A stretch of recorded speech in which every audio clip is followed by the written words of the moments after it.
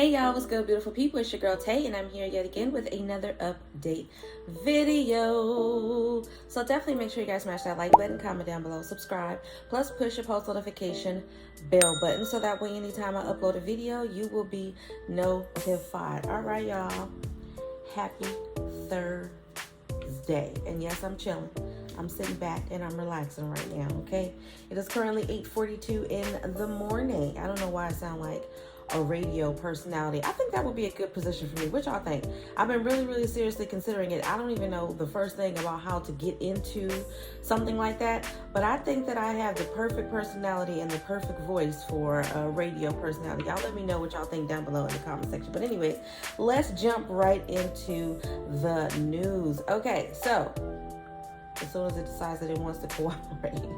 The White House announced Wednesday, which was yesterday, billions of dollars in pledges from major corporations, including like the likes of fast food, Burger King, to craft a national strategy on ending the twin U.S. challenges of hunger and obesity. The private sector pledges were unveiled as President Joe Biden hosted the administration touted as the first big White House summit on food and diet since Richard Nixon was in office more than half a century ago. Okay, nearly 42% of American adults are technically obese, and about 10% of U.S. households suffer food insecurity, according to the latest government statistics. Biden told the White House Conference on Hunger, Nutrition, and Health that government, Congress, private companies, and society must work together to end hunger and reduce diet-related diseases in the United States by the year 2030. If you can't feed your child, what the hell else matters, he asked the audience of Congress members, activists, health experts, and food industry representatives, including Top Chef humanitarian Jose Andres. In America, no child should go to bed hungry. No parent should die of disease that can be prevented. Because Congress is unlikely to fund major federal dietary programs, Biden finds his hands largely tied. However, officials said he was using the power of the presidency to get major companies involved and that the response has been strong. Okay, we know we can only achieve the goals if we rally a whole society response. Okay, a senior said, speaking on condition of anonymity. Anonymity. I think that's what it is. Y'all know what I'm trying to say. Officials briefing reporters said that $8 billion in public and private sector commitments already made include pledges from more than 100 organizations ranging from hospitals to tech companies and food industry players. So y'all let me know what you think about this. I know that we've been fighting against food insecurity, hunger, people not having enough money to support their families nutritionally, as well as obesity. However, I think that there are some minor details that they may need to work out in there. I mean, as a whole, I'm not even going to get into any of that because it doesn't matter. But as a whole, I do think that that is another issue that we as a country struggle with. Okay, the reality is that there are a lot of people who suffer from obesity who really are not out there just buying cookies and cakes and snacks and things of that nature, but who lack the financial ability to purchase more healthy foods. Have you guys ever gone to Whole Foods Market? I used to work there, as a matter of fact, and it is expensive. I used to think that Ralph's was expensive or Food for Less was expensive, which is why I started leaning more towards Walmart, because you can find options. You can find their in-home brand for more affordable prices with some of their products and services and stuff, right?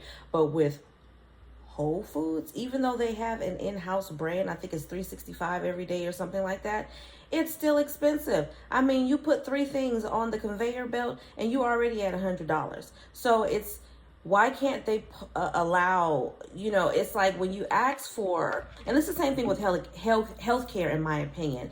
When you ask for quality of care, then, or if you say, hey, I can't afford to spend $100 to $200 a month on a monthly premium, then they want to put you in an HMO plan, or they want to give you Medi-Cal, or something that, in my opinion, does not give the best quality of care. None of those government programs, you'd be lucky to find a doctor that actually cares about their patients when they're working with people who are coming in with those types of insurances. Most times, and I'm speaking from experience, most times if you're not spending those big bucks for insurance, your quality of care is horrible. Okay, it really, really lacks the basics. Bedside manner is horrible. Okay, the same could be true of nutritional value in stores. If you're not spending a whole lot of money, if you're not going to Whole Foods Market, then where can you go? Yes, grocery stores now offer more organic versions in, like some of the stores that I mentioned, Ralph's and Food for Less. These are the stores that we have out here. I know you guys probably have other stores like Kroger or is it HEB or HUB? I've never been to any of those stores, so I can't really speak on them. I don't know if they're a grocery store. I've just heard of them and remember the name from some of the other articles that I've spoken about. But I do know that they have organic options, but the price range is just, they make it really, really difficult for a person who really wants to live a healthy lifestyle. You have to spend a lot of money. So I think that it would be good for them to actually tackle that. But hopefully in the midst of that, they work on making healthy foods more affordable, because it's not really going to do any good if you're providing this, but people can't afford it, right? Moving on from that.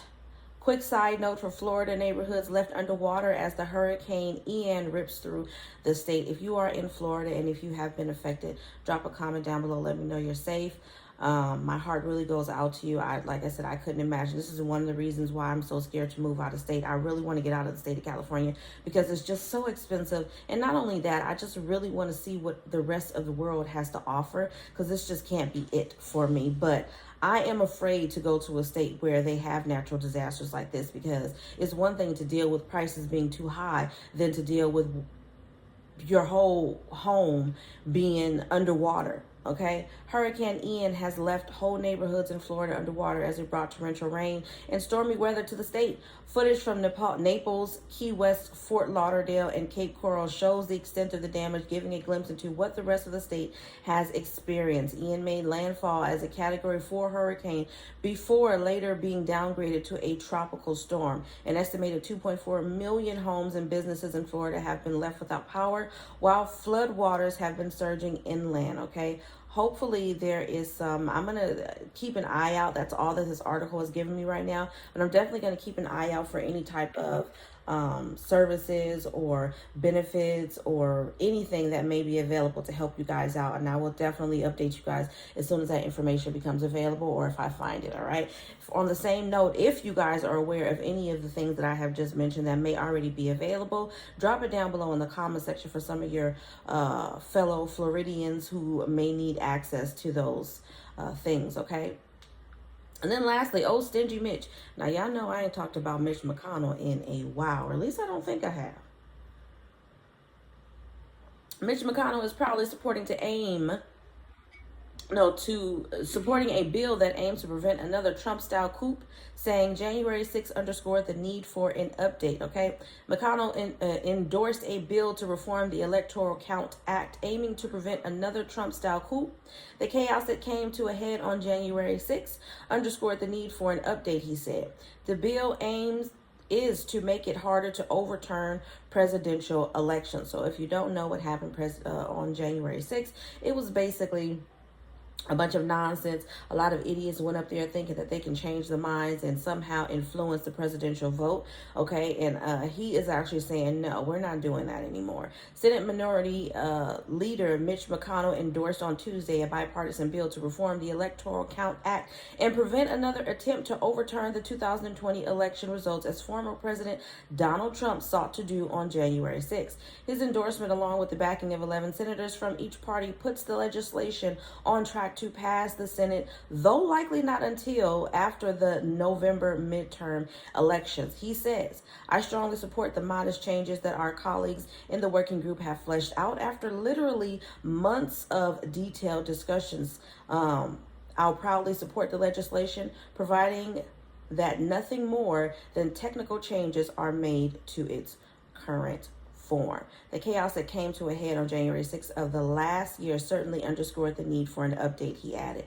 The bill's primary changes include update to the 19th century law to make it harder to challenge state-certified election results and clarify ambiguities in the law that Trump sought to exploit as he clung to power. Most significantly, and these are not my words, y'all, this is from this article, okay?